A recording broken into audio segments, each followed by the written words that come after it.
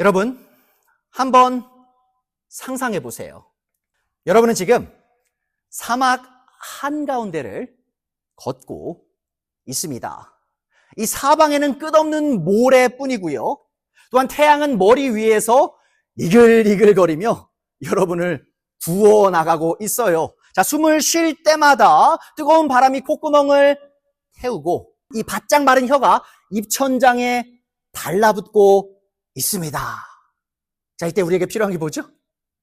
물 한 모금. 제발 물 한 모금만 마실 수 있다면 이란 간절한 생각이 우리의 마음을 가득 채우기 시작합니다. 자, 그런데 그때 저 멀리 작은 나무 그늘막 아래 물을 먹을 수 있는 펌프 하나가 보이는 거예요. 자, 그래서 여러분이 달려갑니다. 가까이 다가갔어요.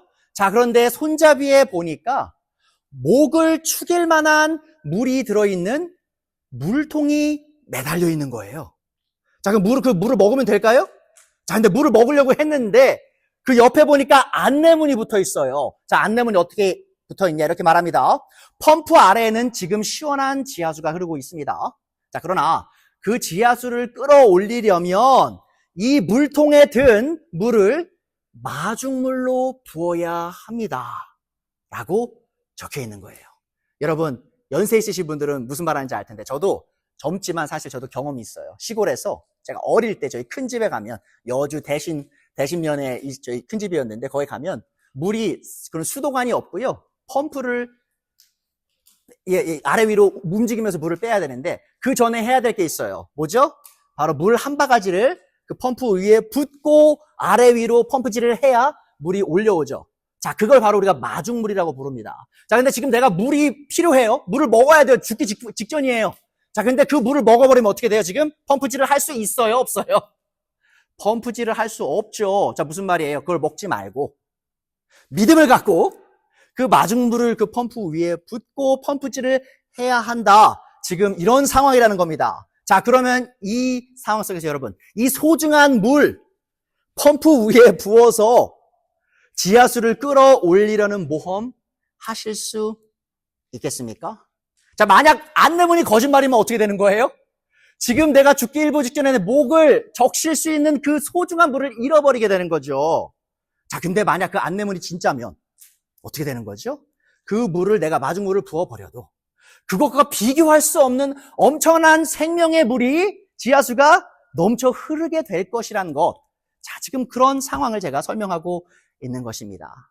근데 여러분 아십니까? 이 아브라함의 이야기는요, 바로 이런 순간에 시작됩니다. 자, 창세기는 선하신 하나님께서 세상을 아름답게 지으시고 복을 베푸셨으나, 자, 인간의 죄로 인해 그 복의 강이 막히고 메마름이 시작되었다라고 얘기하죠. 자, 모든 인류가 하나님의 복을 받았는데 죄로 인해 그 복의 강을 메마르게 만들고 그 목마름 속에 들어간 거예요. 하나님의 복보다 죄의 저주를 선택한 인류는 모든 소망이 끊겨버릴 것 같은 이 죽음의 갈증에 빠지게 됩니다. 자, 그때 하나님께서는 한 사람 아브라함을 부르십니다. 자, 근데 훗날 하나님께서 아브라함의 이름을 뭐로 바꾸시죠? 아브라함이라고 바꾸시는데 제가 그 의미를 나중에 살펴볼 거예요. 자, 근데 하나님께서는 이 아브라함을 부르셔서 이 죄의 저주와 죽음의 갈증으로 죽어가던 인류가 다시 한번 이 하나님의 축복의 강을 누릴 수 있는 통로가 되는 마중물로 삼으셨다는 겁니다. 자, 그래서 오늘의 말씀의 대지예요. 하나님은 저주 아래 있는 우리에게 영원한 복을 주시기 위해 아브라함을 복의 통로로서 부르셨습니다. 자, 그렇다면 이 죄의 저주에 빠진 인류를 구해서 이 복을 누리게 하실 하나님의 계획은 아브라함이 등장하는 창세기 12장이 돼서야 계시된 것일까요? 자, 그러니까 창세기 1장, 2장 하나님께서 천지를 창조하시죠? 자, 근데 3장에서 무슨 일이 일어나요? 인류가, 아담과 이브가 죄를 짓죠. 자, 그리고 3장부터 11장까지 쭉 보면 인류가 점점 부패하는 모습을 보여주죠. 자, 그러면 하나님께서는 이 아브라함을 부르시기 전까지는 인류에게 그 어떠한 희망의 메시지도 주시지 않으셨던 것인가? 그렇지 않습니다. 이 하나님께서는 인류가 죄를 졌던 그날 그 자리에서 전 인류를 올가맨 이 죄의 사슬을 끊어낼 만한 인물에 대한 이 복음, 곧 복된 소식을 선포하셨습니다. 그래서 첫 번째 요지입니다. 이 죄의 저주에 빠진 인류에게 복의 약속을 주신 하나님. 자, 하나님께서는 모든 만물을 만드신 뒤 자신의 형상으로 지은 아담과 하와를 하나님의 복이 넘치는 한 동산에 두셨어요. 어떤 동산이었죠? 에덴 동산이죠. 자, 그리고 하나님께서는 이 아담과 하와가 에덴 동산에 있던 모든 종류의 과실을 먹도록 주셨습니다. 모든 걸 다 먹을 수 있게 해주셨어요. 자, 그런데 한 가지 제약만 주셨죠. 단 한 가지 제약. 뭐였습니까? 바로 선악과, 흔히 선악과라고 불리죠. 좀 더 우리가 성경적으로 얘기하면 선과 악을 알게 하는 나무에서 나는 열매를 먹지 마라라고 명령하셨습니다. 자, 많은 사람들이 하나님께서 대체 이 왜 선악과를 만드셔서 이런 제한을 두셨는지 의문을 가지시기도 하죠. 자, 그러나 여러분, 우리는 이 제약이요, 하나님께서 우리를 벌을 주시기 위한 장치로서 주신 것이 아니라 바로 하나님을 신뢰하고 또 사랑함으로 순종하게 하시려는 은혜의 제한, 은혜의 경계였음을 이해할 필요가 있습니다. 자, 하나님께서는 모든 것을 허락하시고 단 하나만 금하심으로써 이 선과 악을 규정하실 주권이 하나님께만 있음을 알려주고 싶으셨던 거예요. 자, 또 더 나아가서요. 여러분, 우리가 하나님께서 주신 이 한 가지 제약이 결코 저주의 도구가 아닌 것을 알 수 있는데요. 어디서 알 수 있냐? 바로 부부 관계에서 알 수 있습니다. 여러분, 처음에 결혼하신 날 뭐 하셨어요? 기독교이신 분들 목사님 앞에서 어떤 서약 하셨어요? 내가 머리가 파뿌리가 되고 비가 오나 눈이 오나 바람이 부나 내가 아프나 잘 되나 못 되나 사업이 망하나 번성하나 어떻게 한다고 했어요? 내가 당신만을 내 목숨을 다해 사랑하겠습니다. 여러분, 이게 뭐죠? 바로 제한이에요. 경계를 두는 거예요. 어떤 경계죠? 바로 당신과 나만 exclusive하게 우리가 둘만 서로 사랑하는 관계가 된다는 제한, 바운더리를 두는 거죠. 자, 그것이 바로 우리의 사랑, 부부간의 사랑의 장애물이 되나요? 아니죠. 되려 그 제한이 있어야만 부부가 참되게 사랑할 수 있는 거예요. 자, 마찬가지입니다. 여러분, 하나님께서 왜 선과 악을 알게 하는 나무에서 나는 열매를 먹지 말라는 제한을 두셨냐? 이겁니다. 그 제한 속에서 하나님께서는 우리가 자유롭게 하나님의 명령에 순종하길 바랬던 거예요. 왜요? 그 순종이 곧 하나님을 향한 우리의 사랑에 대한 표현이 될 수 있었기 때문입니다. 보시죠, 여러분. 제한이 없으면요, 사랑을 표현할 수 있는 길이 없는 거예요. 제 아내가 왜 저에게 감사를 느끼는지 아세요? 제가 왜 제 아내에게 감사를 느끼는지 알아요? 바로 우리가 서로에게 제한을 두고요, 그 제한 안에서 걸어 나가면서 그 제한을 지켜 나갔기 때문에, 그 경계를 넘지 않았기 때문에 서로를 향한 사랑으로 인해 서로에 대한 감사를 느끼는 거라는 것이죠. 자, 마찬가지입니다. 하나님께서 그 복을 누리게 하시려고 그 제한점을 두신 거예요. 자, 그런데 너무나 안타까운 일이 일어났죠. 우리의 첫 부모이신 아담과 이브께서 뭘 하셨죠? 하나님께서 하지 말라는 그 명령을 불순종했죠. 자, 하나님은 너희가 그 열매를 먹는 날에 반드시 죽을 것이니 절대 먹지 마라라고 말씀하셨어요. 자, 그런데 창세기 3장에 이 뱀의 형상으로 온 누구죠? 마귀, 이 악마 사탄이 뭐라고 속삭여요? 하나님이 너한테 거짓말하셨어. 자, 하나님이 너희를 사랑하지 않으셔서 그 제한을 둔 거야. 그리고 뭐라고 얘기해요? 그 열매를 먹으면 너희 눈이 밝아져서 하나님처럼 선과 악을 알게 될 거야 라고 유혹하죠. 자, 근데 아담과 하와, 우리의 첫 번째 부모께서 누구 말을 들어요? 누구 말을 믿어요? 하나님의 말을 안 믿고요, 바로 이 사탄의 유혹을 믿죠. 더 신뢰하죠. 자, 그리고 하나님께 주신 그 한 가지 제한, 그 율법을, 은혜의 율법을 어기고 맙니다. 자, 그 한 번의 불순종으로 인해 인류 전체가 스스로의 힘으로는 결코 빠져나올 수 없는 죄와 저주의 굴레에 갇히게 된 것입니다. 여러분, 우리가 여전히 그 죄와 저주의 굴레에 살아가고 있어요. 자, 죄의 저주로 인해 인류는 죽음뿐만 아니라 인생 전반에 거친 고통과 수고를 당하게 됐습니다. 여러분, 남자가 받은 저주 뭐죠? 사실 하나님께서 남자를 저주하진 않으셨어요. 뭘 저주하셨죠? 땅을 저주하셨어요. 자, 땅을 저주하셔서 이제 남자가 내가 먹고 살고 내 가족을 먹여 살리기 위해 뭐 해야 돼요? 가시덤불과 엉겅퀴가 나는 그 땅을 평생을 땀을 흘러 일궈야만 먹고 살 수 있는 그 고통 속에, 그 수고 속에 들어가게 되죠. 자, 여성분들은 어떤 고통을 받게 됐죠? 사실 많은 분들이 출산이라고만 이해하시는데요. 여러분 그 히브리어 단어를 보시면 출산이라고 나오는 게 아니라 childbearing이라고 나와요. 뭐냐면 임신 자체를 얘기하는 거예요. 임신을 하고 애를 캐링을 하고 애를 낳고 애를 키우는 모든 과정 속에 여성이 큰 고통을 당하게 돼, 더 큰 고통을 당하게 될 것이다라고 말씀하셨고요. 더 나아가 바로 남편과 갈등을 겪게 될 건데 어떤 갈등이냐? 바로 남편이 아내를 통치하는, 지배하는 일이 있을 것이다라는 말씀을 하셨습니다. 자, 그리고 하나님께서 사실은 이 땅과 이 남자와 여자가 겪을 고통 전에 한 가지 더 저주하신 게 대상이 있죠? 뭐였죠? 바로 뱀이었어요. 자, 하나님께서는 이 자리에서 하와를 유혹해 죄를 짓게 한 뱀, 곧 사탄을 저주하십니다. 근데 우리가 이 뱀을 왜 사탄이라고 확신할 수 있죠? 여러분이 요한계시록 12장과 20장을 보시면요, 이렇게 나와요. 온 세계를 미혹하던 옛 뱀, 곧 악마 사탄이라고 나와요. 무슨 말이에요? 이 옛 뱀, 아담과 하와를 쓰러뜨린 그 뱀이 누구라는 거예요? 바로 사탄이다라고 분명히 얘기한다는 것이죠. 자, 그런데 여기서 너무 흥미로운 부분이 있습니다. 지금 하나님께서 누구를 저주하고 계세요? 사탄을 저주하고 계세요. 자, 그런데 사탄을 저주하는 그 저주 속에 인류가 구원받을 수 있는 그 복음의 씨앗이 심겨져 있었습니다. 바로 인류를 향한 하나님의 구원의 계획이요, 그 저주, 사탄을 향한 저주 안에 있었다는 것이죠. 창세기 3장 14절 15절 하나님께서 말씀하십니다. 내가 이런 일을 저질렀으니 이 뱀아, 모든 집짐승과 들짐승 가운데서 내가 저주를 받아 사는 동안 평생토록 배로 기어다니고 흙을 먹어야 할 것이다. 내가 너로 여자와 원수가 되게 하고 너의 자손을 여자의 자손과 원수가 되게 하겠다. 자, 사탄의 자손과 여자의 자손, 혹은 씨라고 번역할 수 있어요. 제라.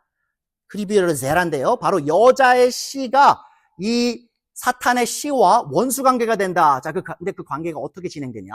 여자의 씨는 너의 머리를 상하게 하고 너는 여자의 자손의 발꿈치를 상하게 할 것이다 라고 예언하셨어요, 하나님께서. 자, 사탄을 향한 이 저주 속에서 발견되는 인류를 향한 하나님의 축복의 계획은 무엇이었죠? 자, 그것은 바로 하와의 자손, 곧 여자의 씨를 보내시겠다는 약속이었습니다. 자, 이 약속된 여자의 씨가 오면 그는 인류의 가장 큰 원수인 사탄의 공격을 받게 될 거예요. 자, 그래서 뭐라고 말씀하셨어요? 너는 여자의 씨의 발꿈치를 상하게 할 것이다.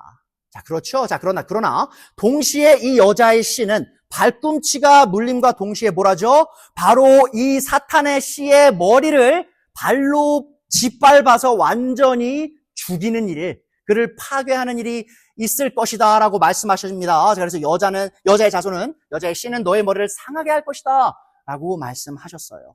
자, 그렇게 첫 사람 아담이 저지른 실패를 뒤집고 인류를 향한 하나님의 구원의 계획을 온전히 이룰 사람, 그 사람을 보내겠다, 그 여자의 씨를 보내겠다라고 하나님께서 약속하신 것입니다. 자, 그렇다면 인간이 죄로 타락한 바로 그날, 그 자리에서 주어진 이 여자의 씨에 대한 약속은 누구를 가리키는 것이었을까요? 자, 창세기에서 이 씨에 대한 약속의 성취는 단번에 드러나지 않고요, 점진적으로 계시됩니다. 자, 하와는 첫 아들을 낳고 그의 이름을 가인이라고 부르면서 이렇게 얘기해요. 내가 여호와의 도우심으로 남자를 얻었다. 자, 근데 이 고백을 자세히 들여다보면요, 가인이 이 여자의 씨에 대한 하나님의 약속의 성취일지도 모른다는 하와의 소망이 묻어나요. 하나님의 도움으로 내가 이 남자를 얻었다. 이가 바로 하나님께서 약속하신 그 여자의 씨가 아니냐라고 생각을 하죠. 자, 근데 가인이 그 씨였나요? 아니죠. 왜 아닌지 우리가 할 수 있어요? 가인이 자신의 형제 아벨을 죽임으로써 스스로 자신이 그 약속된 씨가 아님을 증명합니다. 자, 근데 그러면 씨가 끝났나요? 이제 하나님이 주시겠다 약속하신 그 씨의 라인이, 그 족보가 끝난 건가요? 아니죠. 하나님께서 다른 아들을 주세요. 그 씨가 누구였죠? 바로 셋이에요. 하나님께서 다른 씨라고 불린 이 셋을 주셔서 이 약속의 계보를 이어가게 하십니다. 자, 그리고 창세기 5장은 이 셋의 계보를 통해 이 약속이 보존되고 있음을 보여주고요. 이제 세상에 뭐가 오죠? 홍수가 와요. 우리 흔히 노아의 홍수라고 부르죠. 이 하나님께서 노아의 홍수를 통해 세상을 심판하시지만 결국 이 노아의 자손을 보존하심으로써 그 약속하신 씨를 계속해서 보존해 나가십니다. 자, 그리고 우리는 오늘의 본문인 창세기 11장 후반부에서 이 노아의 세 아들 중 하나인 셈의 자손인 데라를 만나게 됩니다. 자, 하나님께서는 셈을 선택하셔서 이 여자의 씨를 보존하는 이 언약의 계보를 이어가셨고, 오늘의 본문은 바로 그 셈의 후손인 데라의 아들 아브람의 부르심을 다루고 있습니다. 오늘 다시 본문 볼게요. 창세기 11장 27절부터 나오죠. 셈 족속인 데라의 족보는 이러하다. 데라는 아브람과 나홀과 하란을 낳았다. 하란은 롯을 낳았다. 그러나 하란은 그가 태어난 땅 바빌로니아의 우르에서 아버지보다 먼저 죽었다. 아브람과 나홀이 아내를 맞아들였다. 아브람의 아내 이름은 사레이고 나홀의 아내 이름은 밀가이다. 하란은 밀가와 이스가의 아버지이다. 자, 그렇다면 하나님께서 왜 아브람을 선택하여 부르셨을까? 이 질문을 우리가 좀 해봐야 돼요. 자, 그가 하나님의 선택을 받기에 합당했기 때문에, 그가 그럴 가치가 있는 사람이었기 때문에 하나님께서 선택하셨을까요? 결국 그렇지 않습니다. 인간적인 관점에서는요, 아브라함은 이 여자의 씨의 조상이 될 가망성이 아예 없는 사람이었어요. 자, 그래서 오늘 두 번째 요지입니다. 이 불가능한 상황에서 아브라함을 복의 통로로 부르신 하나님이에요. 자, 성도 여러분, 지난주에 제가 이번 주 설교 전에 뭐 하라고 부탁드렸죠? 창세기 1장부터 11장까지 천천히 읽어오시라고 제가 부탁을 드렸습니다. 여러분들이 그 장들을 잘 읽어오셨다면 잘 아실 거예요. 이 창세기의 첫 11장은 마치 인류의 긴 역사를 짧은 파노라마로 보여주는 것과 같아요. 이 11장 짧은 구간이기 때문에 우리가 되게 짧은 시간인 것처럼 느끼는데요. 사실 이게 굉장히 오랜 시간이었습니다. 자, 누가 누구를 낳고 하는 수많은 족보들이 등장하죠. 자, 또한 빠르게 이어지는 이 폭력과 홍수, 이 바벨탑과 같은 장면들이 요약되어서 순간적으로 스쳐 지나갑니다. 자, 그런데 이 창세기 12장에 들어서면서 이 빠르게 흐르던 장면들이 갑자기 멈춰서요. 자, 이제 성경은 인류 전체가 아니라 단 한 사람에게, 이 아브라함에게 시선을 고정합니다. 자, 하나님께서 그를 부르시는 장면, 믿음으로 순종하며 걸어가는 발걸음, 또한 때로는 실패하고 또 하나님께 다시 소망을 두는 그의 삶을 성경은 아주 세밀하게 우리에게 알려주고 있어요. 자, 그렇다면 왜 성경은 여기서부터 이 아브라함 한 사람에게 집중하는 것일까요? 자, 그 이유는 이 죄와 저주에 빠진 인류를 다시 복으로 이끄시는 이 하나님의 구원 계획이 바로 이 한 사람을 통해 본격적으로 시작되기 때문입니다. 여러분, 이렇게 이해하시면 돼요. 우리가 창세기 1장을 창조장이라고 하죠. 여러분, 창세기 12장을 재창조장이라고 보시면 됩니다. 재창조장. 하나님께서 다시 새로운 인류를 창조하셔서 그를 통해 구원의 길을 여시는 장이 바로 창세기 12장이라는 것이죠. 이 창세기 12장은 하나님께서 아브라함을 부르시고 그를 마중물로 삼아 은혜의 강줄기를 전 인류에게 흘려보내시기 시작한 장면입니다. 그 작은 시점에서 흘러나온 이 은혜의 강은 점점 넓어지고 깊어져 마침내 온 세상이 다시 복을 누리게 되는 것이죠. 바로 이 순간 인류의 회복과 구원의 서막이 열리게 된 것입니다. 자, 여기에서 우리가 주목해야 할 점이 있죠. 자, 그것은 바로 하나님께서 이 아브라함이라는 소망의 불빛을 인류 역사상 가장 어두운 시기에 부르셨다는 거예요.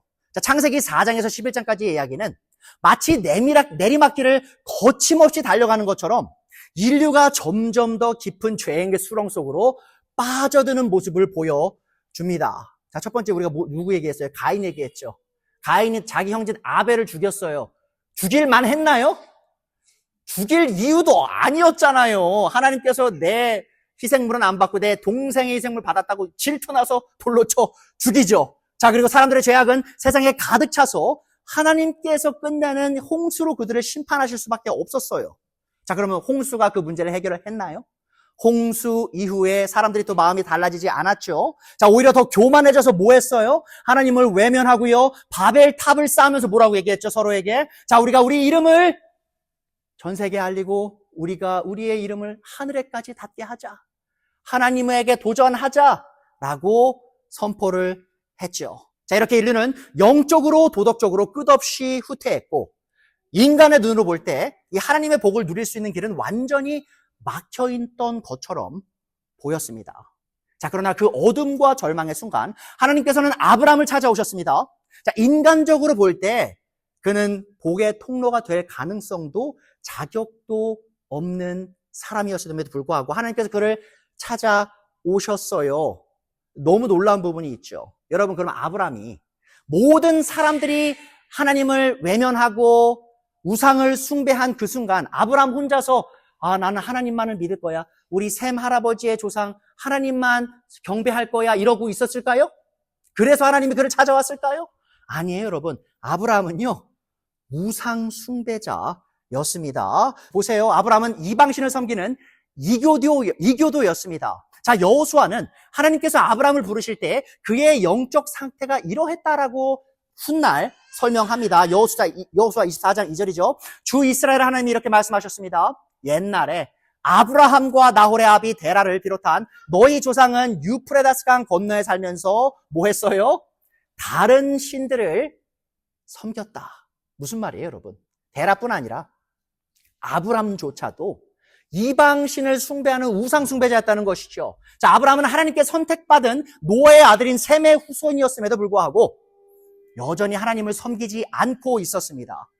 이 데라와 그의 자손들은 메소포타미아 지역에 있던 큰 도시인 우르에 살면서 이방신들을 경배했어요.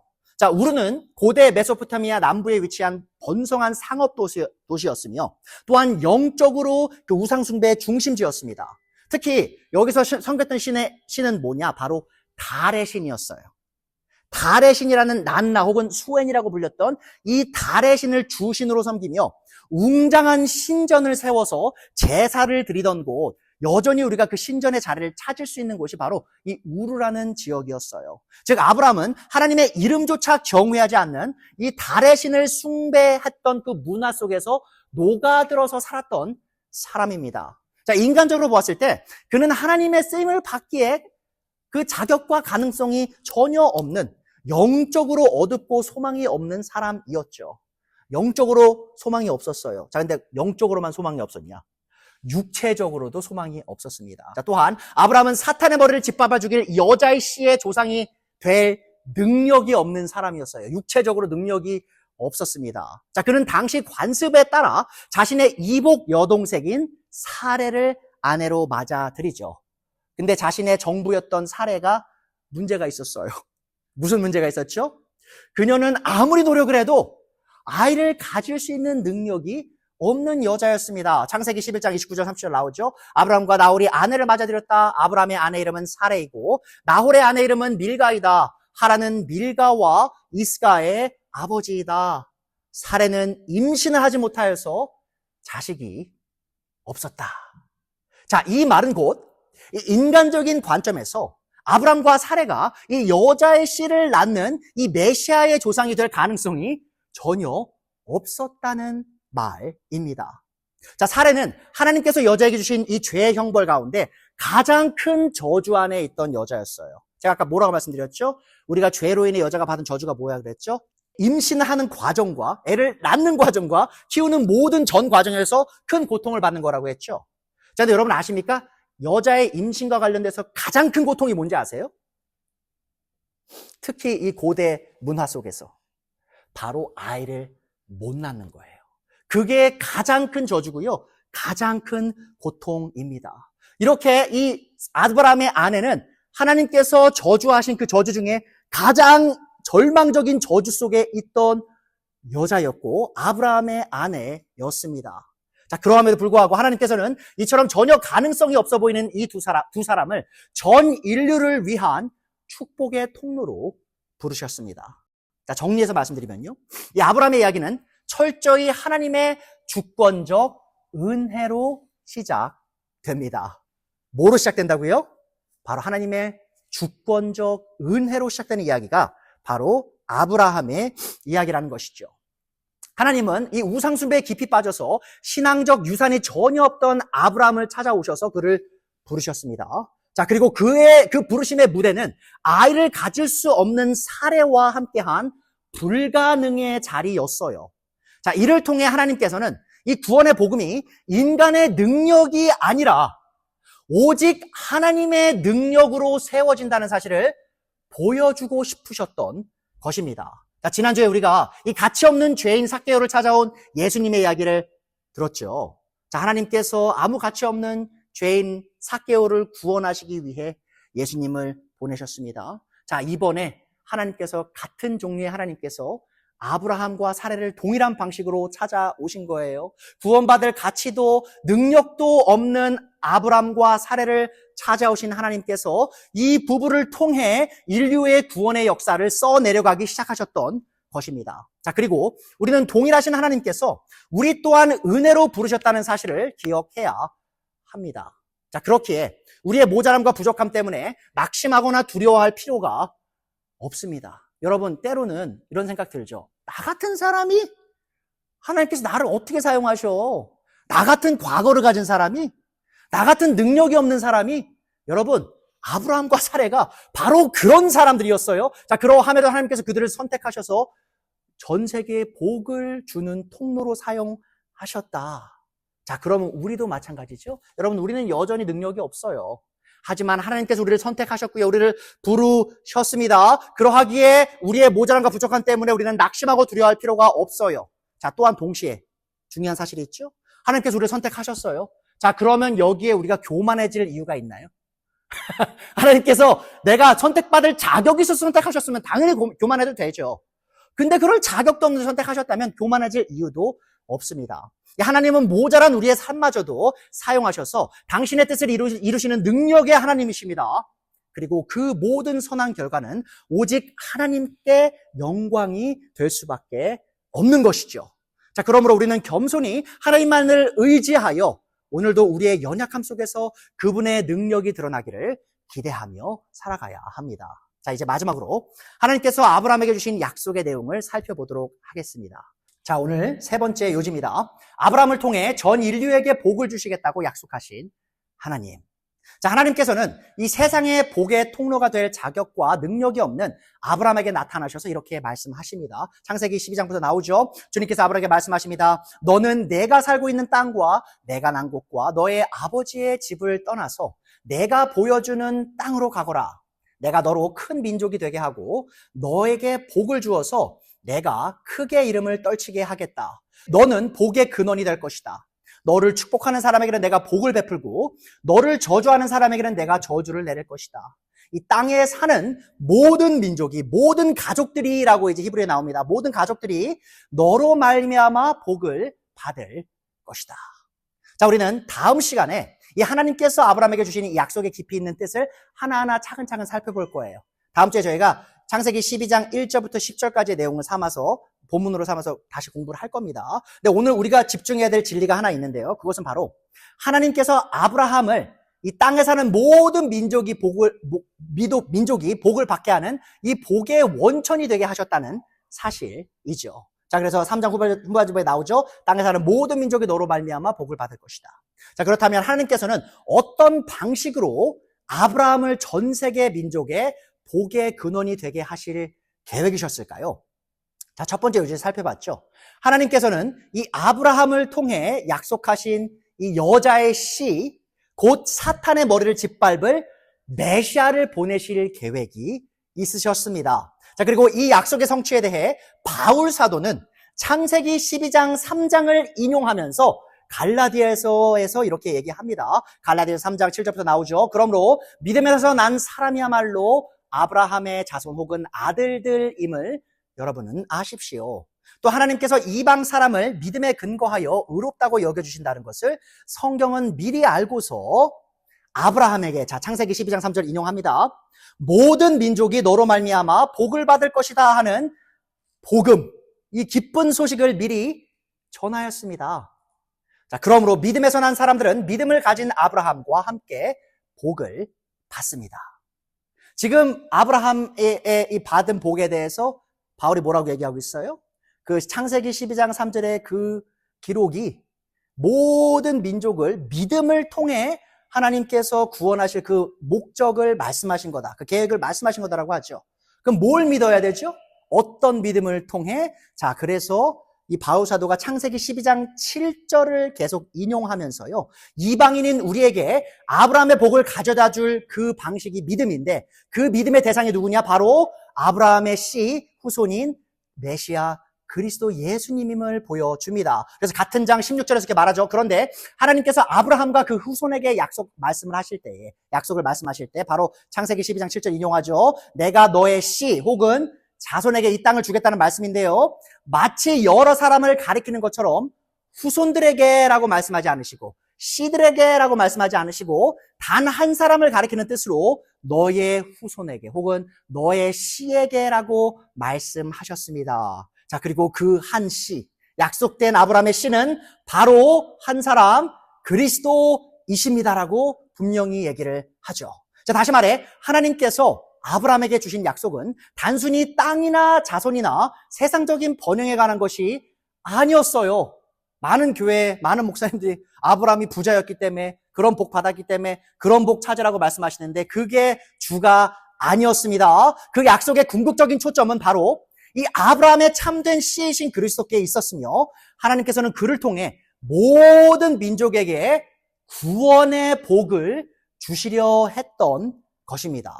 자, 그리스도 예수님께서 약속된 이 아브라함의 씨, 곧 여자의 씨이심을 알게 된 우리는 하나님께서 아브라함을 통해 전 인류에게 주시려 하신 복이 어떤 복인지 분명히 깨달을 수 있게 됩니다. 자, 첫사람 아담의 불순종으로 인해 인류는 하나님과 완전히 단절되게 됐고요. 그 결과 죄와 저주의 사슬 아래 놓이게 되었습니다. 그게 문제예요. 자, 곧 우리는 죄의 종이 되어 사탄의 통치 아래에서 고통받는 존재가 된 거예요. 하나님의 통치 아래에서 번성하고 복을 누려야 될 우리가 지금 누구의 통치 아래 들어갔어요? 바로 사탄의 통치 아래에 들어가서 저주 속에 있게 된 것이죠. 자, 그러나 아브라함의 씨이시며 하나님의 아들이신 예수 그리스도께서 오셔서 우리를 붙잡고 있던 이 사탄의 권세를 깨뜨리시고 죄와 죽음에서 우리를 구원해 주셨다라고 신약 성경은 아브라함에게 선포된 복음이 그러한 것이다라고 선포합니다. 자, 그래서 요한일서 3장 8절을 보시면요. 요한사도가 그렇게 얘기하죠. 죄를 짓는 사람은 악마에게 속해 있습니다. 악마는 처음부터 죄를 짓는 자이기 때문입니다. 자, 그런데 하나님의 아들이신 그리스도 예수님께서 나타나신 목적은 뭐죠? 바로 악마의 일을 멸하시려는 것입니다. 여러분, 악마가 우리를 지배하고 있어요. 모든 사람이 태어나길 죄인으로 태어납니다. 무슨 말이에요? 죄의 종으로서 산다는 거예요. 죄의 종이 된 게 뭐죠? 바로 사탄의 통치 아래에 있는 것이죠. 하지만 그 사탄의 일을 파괴하시고 우리를 건지시기 위해 그 악마의 손아귀에서 건지시기 위해 오신 분 누구시죠? 바로 하나님의 아들 아브라함의 씨, 여자의 씨 그리스도 예수님이십니다. 또 히브리서 기자도 이렇게 얘기하죠. 2장 14절부터 17절입니다. 이 자녀들은 피와 살을 가진 사람들이었기에 자, 우리에 대한 얘기예요. 그도 예수님도 역시 피와 살을 가지셨습니다. 바로 예수님의 성육신, 하나님의 아들께서 사람 되신 사건을 얘기하는 겁니다. 그것은 그가 죽음을 겪으시고서 죽음의 세력을 쥐고 있는 자, 곧 악마를 멸하시고 또 일생 동안 죽음의 공포 때문에 종노릇하는 사람들을 해방시키시기 위함이었습니다. 여러분, 이 목적을 위해 예수님께 오신 거예요. 사실 주님께서는 천사들을 도와주시는 것이 아니라 아브라함의 자손들을 도와주십니다. 예수님을 믿는 아브라함의 자손들을 도와주시기 위해 예수님이 온 거예요. 그러므로 그는 모든 점에서 형제 자매들과 같아지셔야만 했습니다.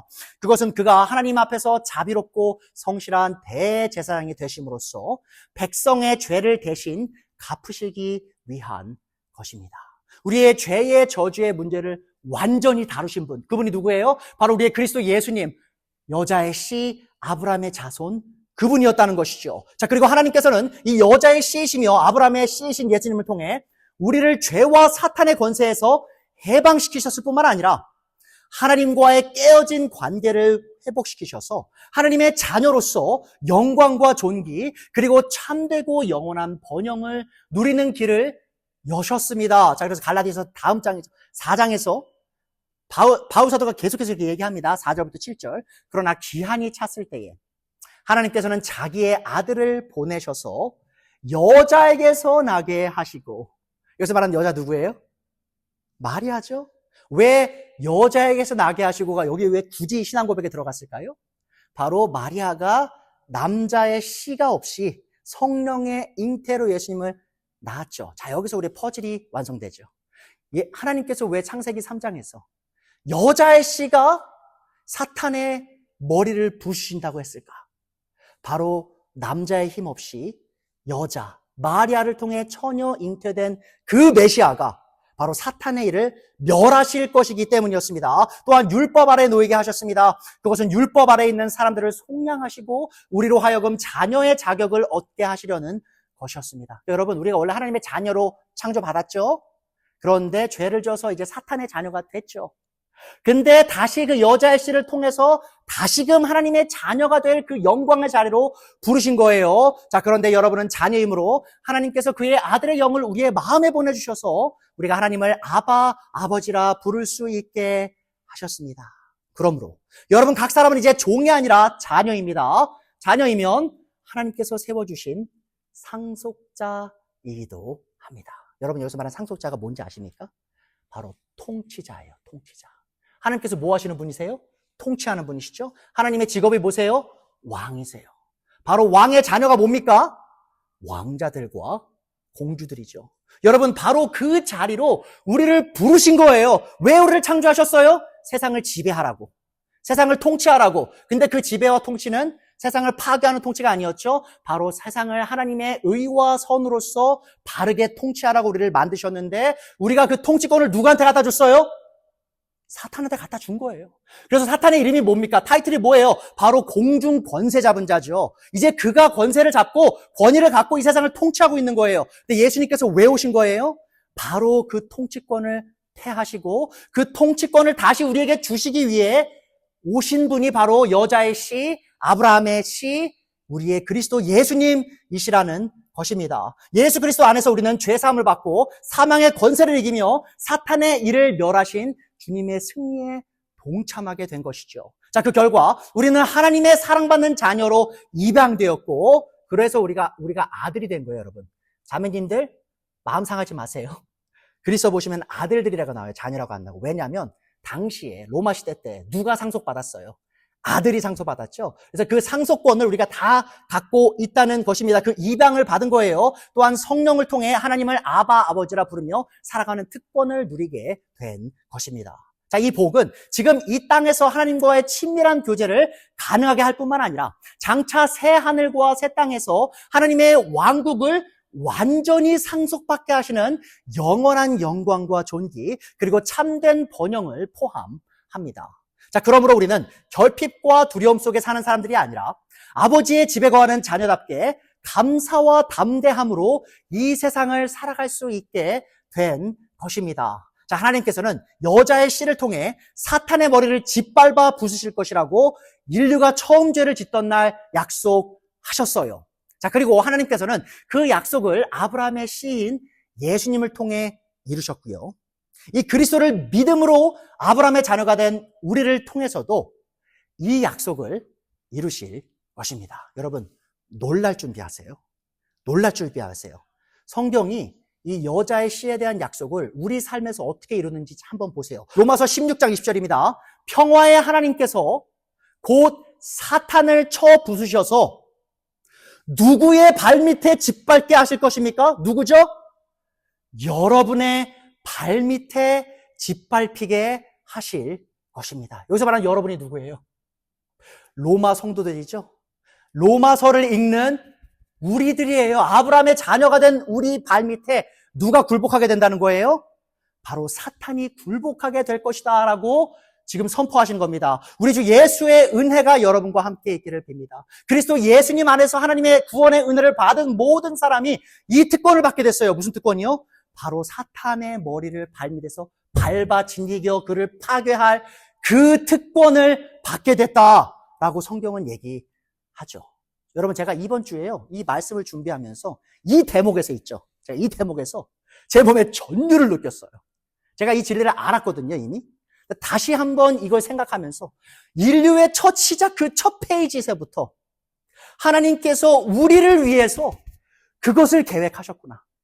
우리를 지배하고 우리를 괴롭히던 그 사탄이 우리의 발밑에서 파멸될 그 계획을 우리가 죄를 짓던 그 첫날부터 계획하셨구나.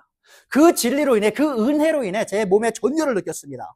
하나님께서는 아브라함의 씨이신 그리스도를 통해 이미 사탄의 머리를 부수셨어요. 우리가 그걸 어떻게 알 수 있죠?